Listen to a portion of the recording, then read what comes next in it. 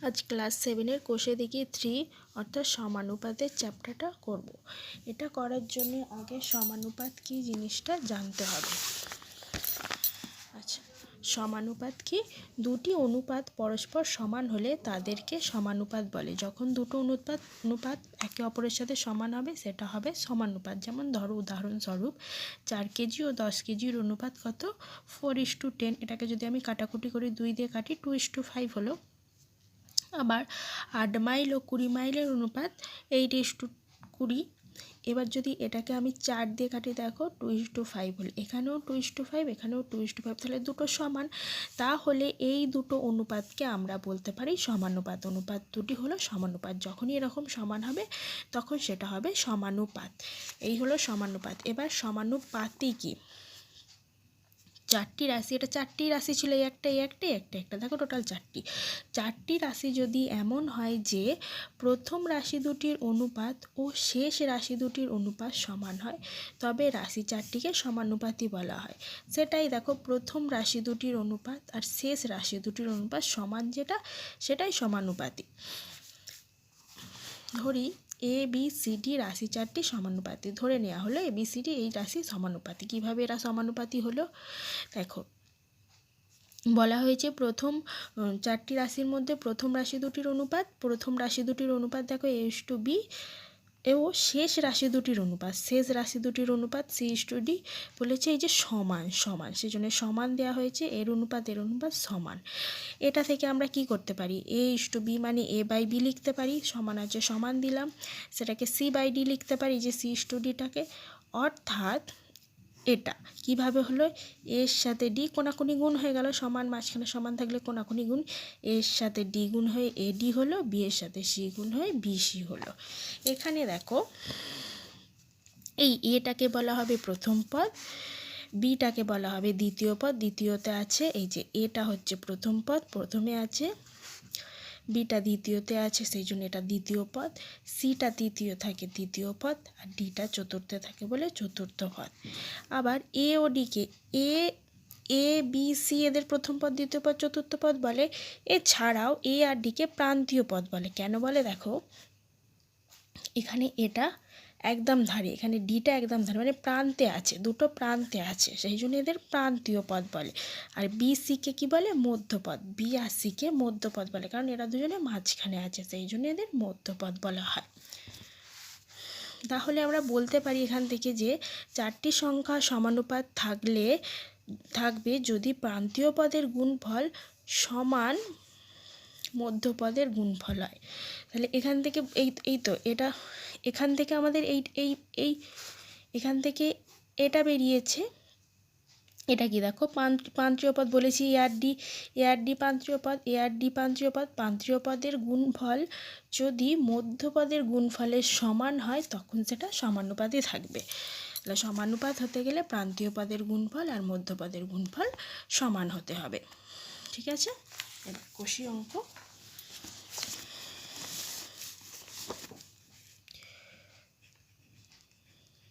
কোষে দেখি 3 এর একের কি আছে? প্রথম এটা করা আছে। দ্বিতীয় দেখো 25, 30, 12, 15 এই 4টি সংখ্যা সমানুপাতে আছে কি বার করতে হবে। এর মধ্যে প্রথম পদ কোনটা? এটা। দ্বিতীয় পদ এটা, তৃতীয় পদ এটা, চতুর্থ পদ এটা। এছাড়াও এই দুটো হচ্ছে প্রান্তীয় পদ, এই দুটো হচ্ছে মধ্যপদ। এটাকে কিভাবে করব? প্রথম যদি দুটোকে নিয়ে আমরা করি 25:30, এটাকে যদি আমরা কাটাকুটি করে 5:6 হবে। 5 দিয়ে কাটলাম, 5 5 25, 5 6 30। এবার যদি 12 আর 15টাকে লিখি,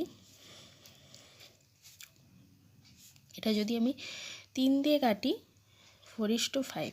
দেখো এই দুটো কি সমান হয়েছে? তাহলে এরা সমানুপাতি নয়। বলতে পারি অতএব 25, 30, 12, 15 সমানুপাতি নয়। এটা কি করলাম? প্রথম দুটো রাশির অনুপাত আর শেষ রাশির অনুপাত সমানের থেকে সমানুপাতি করলাম। এছাড়াও আরেকটা কি আছে, যে প্রান্তীয় পদের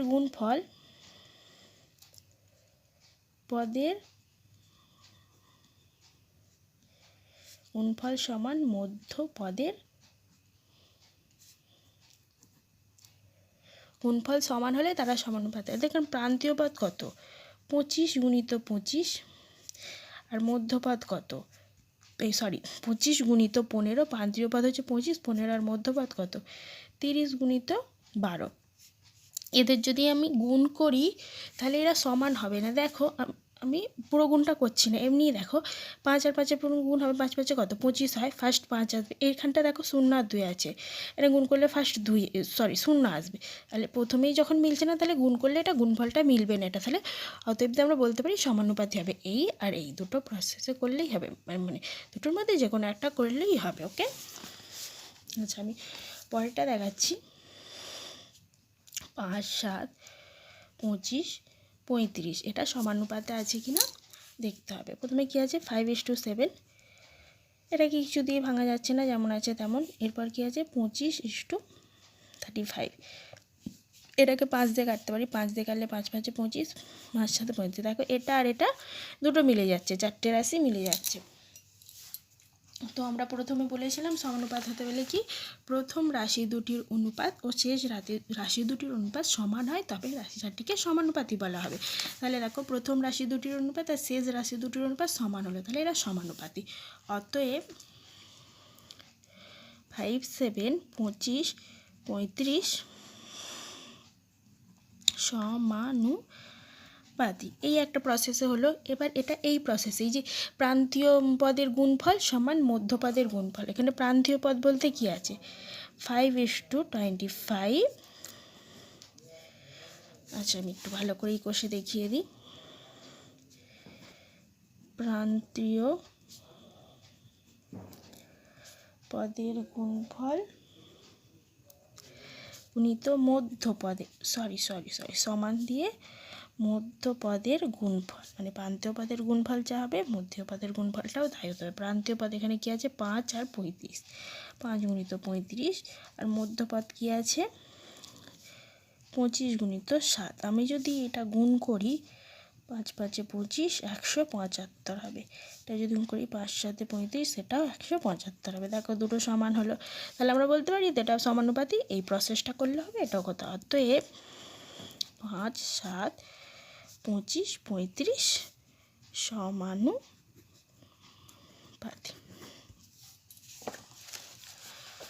আচ্ছা এবার দুয়ে কি বলেছে দেখো, 8 জন লোক একটি কাজ 15 দিন করতে পারি। হিসেব করে দেখি 10 জন লোক ওই কাজটি কত দিনে করে। এই অঙ্ক ওই কি নিয়মেও করা, যেহেতু আমরা সমানুপাতের অঙ্ক করছি তো এটা সমানুপাতি হিসেবেই করতে হবে। দেখি বলেছে 8 জন লোক একটি কাজ 15 দিনে করে, 10 জন লোক ওই কাজটি কত দিনে করে, মানে দিন সংখ্যাটা বার করতে হবে। তাহলে ফার্স্ট আমি এটাকে এইভাবে লিখি, লোক সংখ্যা, দুইয়ের দাগে লোক সংখ্যা আর একদিকে দিন সংখ্যা।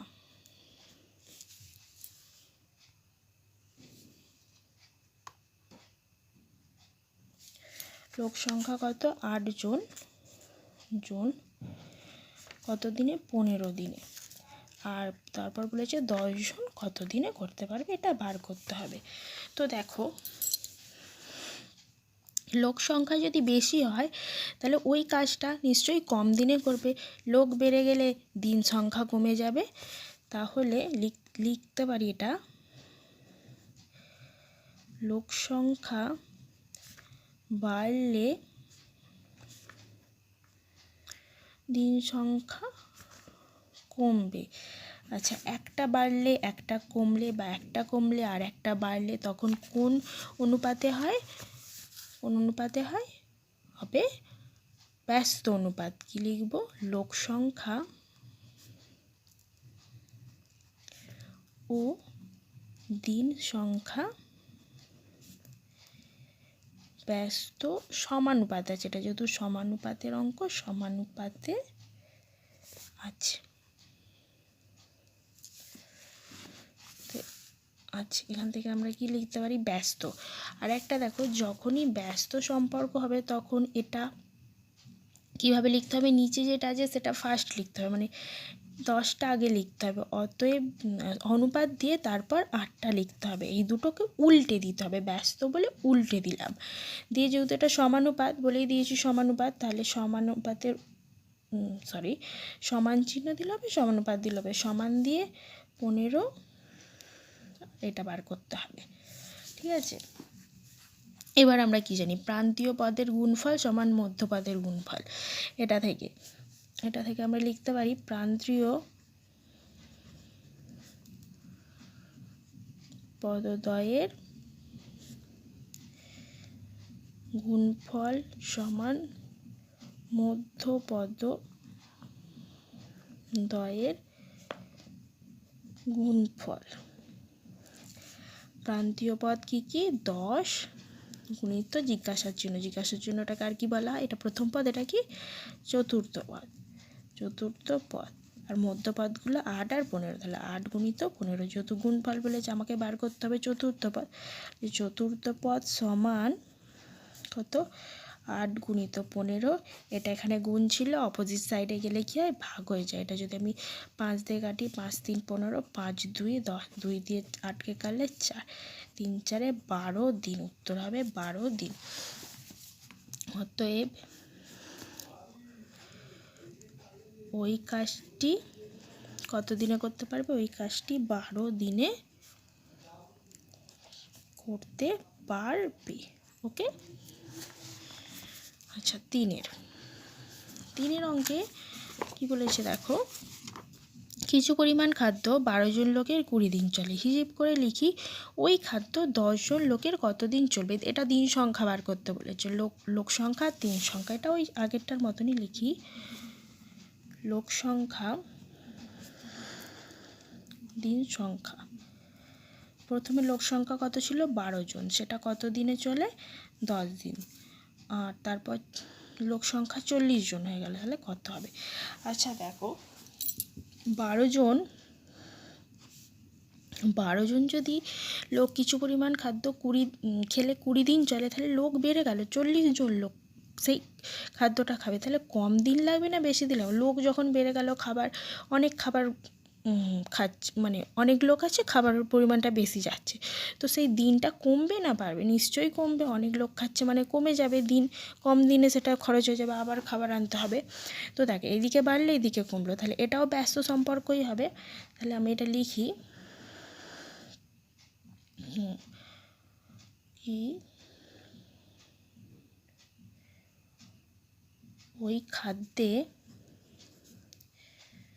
ওই খাদ্যে লোক সংখ্যা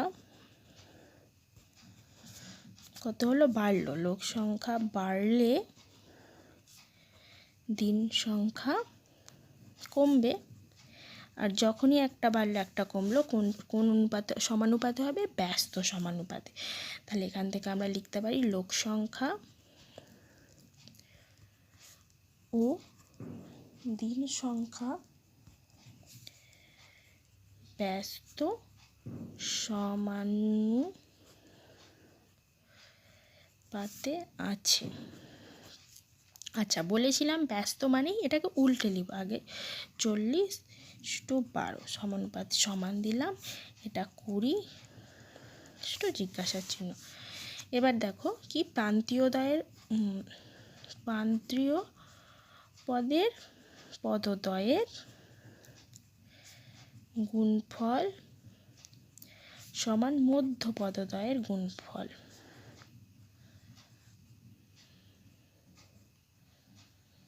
ওকে, প্রান্তীয় পদ কি 40, আর এইটা জিজ্ঞাসার জন্য হচ্ছে চতুর্থ পদ, এটা প্রথম পদ, এটা চতুর্থ পদ, তাহলে 40 গুণিত চতুর্থ পদ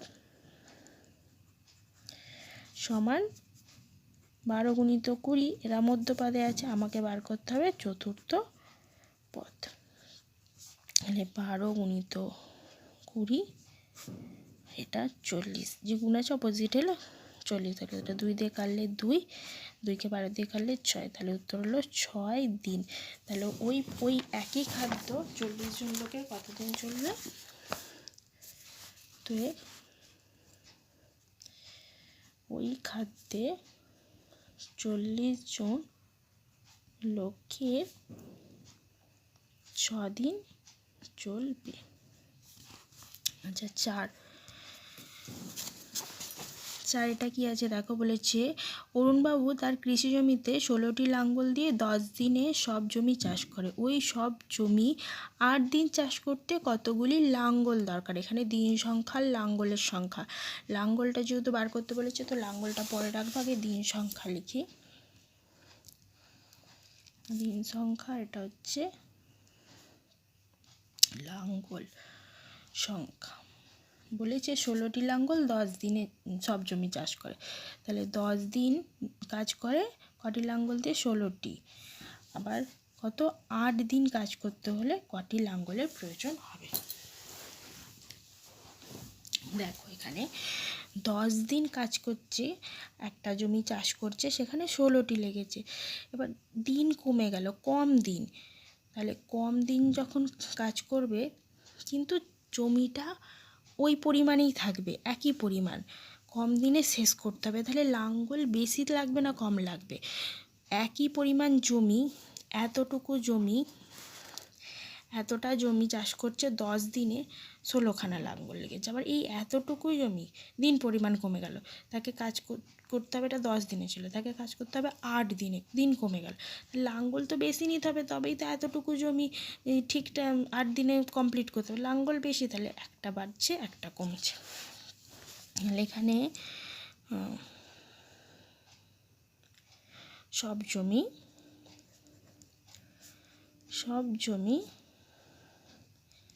চাষ করতে দিন সংখ্যা কমলে, যেহেতু কমেছে কমলে লিখল, কমলে লাঙ্গল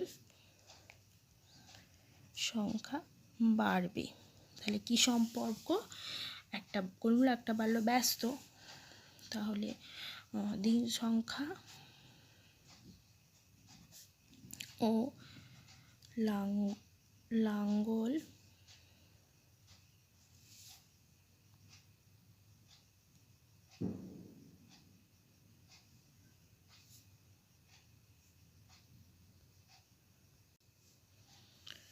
আচ্ছা দেখো, দিন সংখ্যা ও লাঙ্গল সংখ্যা ব্যস্ত সমানুপাতে।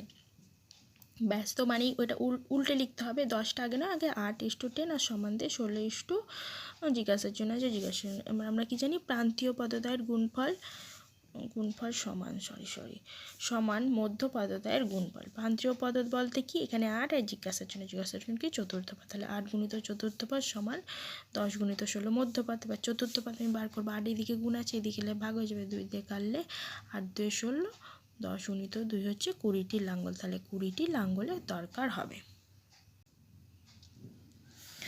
একটি বন্যাত্রাণ শিবিরে 4000 জনের 190 দিনের খাবার মজুদ ছিল। 30 দিন পর 800 জন অন্যত্র চলে গেল। যারা রয়ে গেল অবশিষ্ট খাদ্য তাদের কত দিন চলবে? দিন বার করতে বলেছে, তো দিনটাকে আমি শেষে রাখবো। ফার্স্ট কি? লোক সংখ্যা, আর এটা ছিল দিন সংখ্যা। এবার দেখো বলেছে ফার্স্ট লোক ছিল 4000 জনের জন্যে, তারা খাবার আয়োজন করেছে কত দিনের? 190 দিনের, কিন্তু 30 দিন পর ছিল 190 দিন, 30 দিন পর, তাহলে 30টা থেকে মাইনাস করে দিলাম, রইল 160 দিন। ঠিক আছে, বলেছে 800 জন অন্যত্র চলে গেল, ছিল 4000, তার মধ্যে 800 জন অন্যত্র চলে গেল, তাহলে কত হবে? এটা 3200। এই যে 3200 জন যে অবশিষ্ট খাদ্যটা ছিল এই এতদিন হবার পর, সেটা কতদিন চলেছে বার করতে হবে। এবার দেখো 4000 জন লোকের যদি একটা খাবার কিছু পরিমাণ খাবার 160 দিন চলে, তাহলে লোক সংখ্যা একটু কমে গেল, তাহলে ওই খাবারটা কি কম দিন চলবে না একটু বেশি দিন চলবে? লোক যখন কমে গেল তো খাবারের পরিমাণ একটু বেশিই থাকবে, তাহলে বেশি দিন চলবে, তাহলে এদিকে কমলে এদিকে বাড়লো, তাহলে কী হবে? এটা ব্যস্ত সমানুপাতে। তাহলে আমি লিখতে পারি যে ওই খাদ্যে লোক সংখ্যা কমলে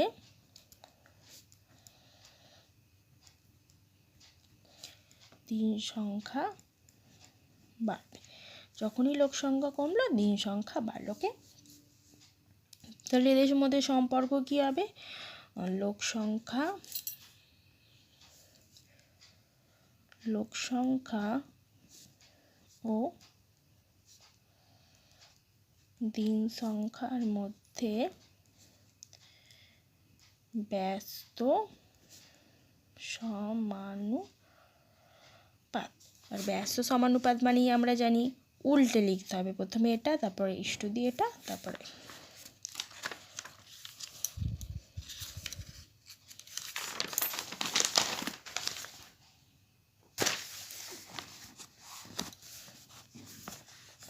ফার্স্ট 3200 ইষ্ট 4000 সমান 160 জিজ্ঞাসার জন্য কি জানি প্রান্তীয় পদদ্বয়ের গুণফল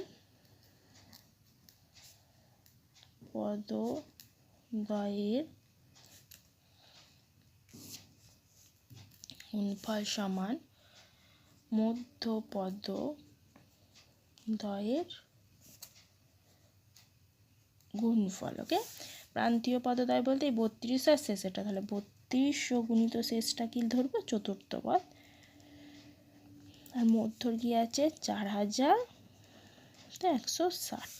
আমাকে বার করতে হবে চতুর্থ পদ, 4000 গুণিত 160 আর নিচে 3200। ফার্স্ট আমি কী করবো? শূন্য শূন্যগুলো বাদ দিয়ে একটা শূন্য একটা শূন্য, এর একটা শূন্য, এর একটা শূন্য, উপরে 16 আর 32, 16 2 32, 2 উপরে 400 আছে, 2কে যদি আমি 400 দিয়ে ভাগ করি, 400 আর 2 পরে কাটাকুটি করলেই কত হবে? 200, ভাগ করলে 200, তাহলে কত হলো? 200 দিন। তাহলে ওই পরিমাণ খাদ্য, অবশিষ্ট খাদ্য তাদের কত দিন চলবে? অবশিষ্ট খাদ্য তাদের 200 দিন চলবে। আচ্ছা 6 দেখো কি বলেছে, 3টি ছাতা বা একটি চেয়ারের দাম 600 টাকা, 2টি ছাতা ও 2টি চেয়ারের দাম কত হবে? এখানে কোনো সমানুপাতের দরকার নেই, নর্মালি অঙ্কটা হয়ে যাবে। দেখো 3টি ছাতার দাম কত? 3টি ছাতার দাম বলেছে 600 টাকা। এখান থেকে 3টি থেকে আমি একটি ছাতার দাম বার করতে পারি। একটি ছাতার দাম কত হবে? 600 ভাজিত 3, মানে 200 টাকা করে। একটি ছাতার দাম হবে 200 টাকা। আবার বলেছে 3টি ছাতা বা একটি চেয়ারের দাম, অথবা একটি চেয়ারের দামও বলে দিয়েছে। একটি চেয়ারের দাম কত? 600 টাকা। আবার 2টি ছাতা ও 2টি চেয়ারের দাম কত বার করতে হবে? আমার একটি বেরিয়েছে, এবার 2টি করে যদি বার করতে চাই, তো 2টি ছাতার লিখি, 2টি ছাতার দাম কত? একটির দাম যদি 200 হয়, 2টির দাম কত? নিশ্চয়ই 400 টাকা। 200কে 2 দিয়ে গুণ করলাম। এবার 2টি চেয়ারের দাম, একটির দাম যদি 600 টাকা হয়, 2টির দাম 2 দিয়ে গুণ, তাহলে 1200 টাকা। অতএব 2টি ছাতা ও চেয়ারের দাম কত হবে? দুটো মিলে কত হলো? একটা হচ্ছে 400 আর একটা হচ্ছে 1200, তাহলে টোটাল 1600 টাকা। 2টি চেয়ার ও 2টি ছাতার দাম হলো 1600 টাকা। যদি তোমাদের ভালো লেগে থাকে একটু সাবস্ক্রাইব, লাইক করে দিও।